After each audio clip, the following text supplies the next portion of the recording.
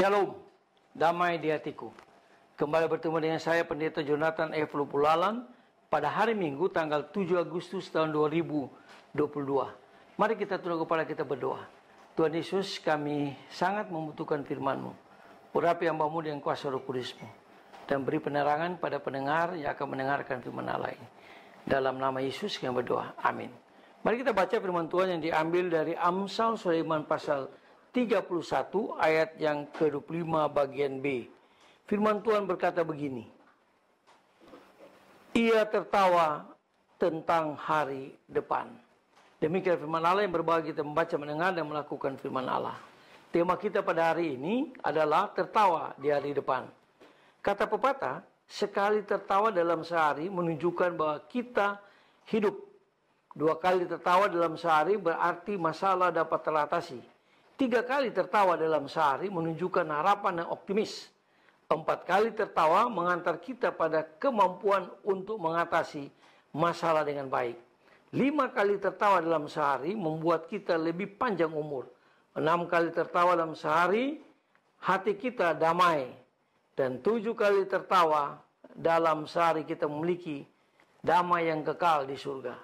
Nah, saudara-saudara yang saya kasih dalam Tuhan Kristus, semua orang setuju bahwa sebuah tertawa dan keceriaan dapat memberikan efek rileks ketika hati begitu tertekan karena dipenuhi oleh berbagai masalah.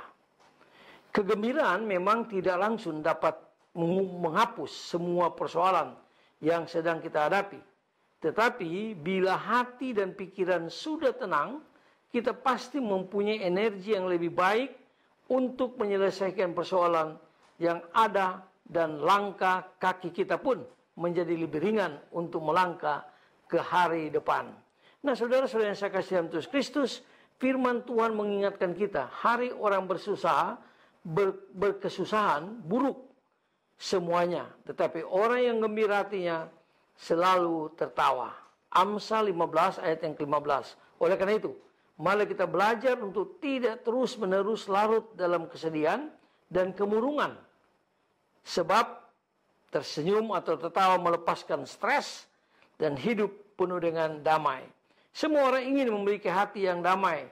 Tanpa kedamaian tidak mungkin ada kebahagiaan. Kebahagiaan berakar dari kedamaian hati kita. Tuhan Yesus berkata, berbahagialah orang yang membawa damai, karena mereka akan disebut anak-anak Allah. Kita perlu berdamai dengan diri kita sendiri.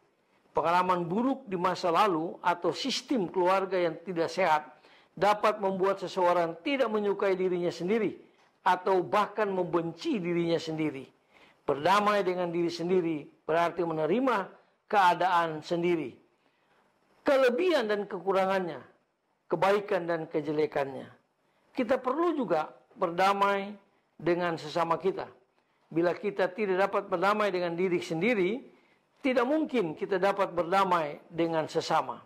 Konflik yang tidak diselesaikan dengan baik mengakibatkan kita luka hati, kepahitan, atau kemarahan dalam hubungan dengan sesama kita. Kita harus saling mengampuni. Itu yang diajarkan oleh Tuhan Yesus, supaya kita saling mengampuni satu sama yang lain. Kita perlu berdamai dengan Kristus. Tuhan Yesus adalah Raja Damai. Dia adalah sumber kedamaian hidup kita. Hubungan kita dengan Tuhan terputus akibat dosa. Oleh sebab itu, kita harus berdamai dengan Allah melalui Tuhan kita Yesus Kristus. Karena Tuhan Yesus sudah rela mati di kayu salib untuk mendamaikan manusia dengan Allah. Nah, saudara-saudara yang saya kasih dalam Tuhan Kristus, percayalah, selama kita masih bisa tertawa, berarti kita ada kecerahan, harapan bagi kita untuk bangkit mengatasi riak-riak kehidupan. Itulah sebabnya marilah kita tertawa di hari depan. Sebab di hari depan kita adalah milik Tuhan Yesus. Biarlah anak cucu kita juga tertawa di hari depan. Mereka pasti akan berhasil kalau mereka senantiasa mengandalkan Tuhan Yesus di dalam setiap kehidupan mereka. Mari kita tunduk kepala, kita berdoa. Tuhan Yesus, tolong kami Tuhan supaya kami juga mau tertawa baik hari ini sampai di hari depan. Karena itulah janji Kristus. Bahwa Kristus akan membawa kita semua, bagi anak cucu kita, untuk hidup cerah, hidup penuh masa depan yang cerah, dan hidup di masa depan yang penuh tertawa. Sekalipun ada banyak tantangan dan kesusahan di dunia ini. Tapi kami percaya Kristus bersama dengan kami. Dalam kasih dan pengampunan Kristus kami berdoa. Amin. Terpujilah Kristus, sampai kita berjumpa di kesempatan yang lain. Amin.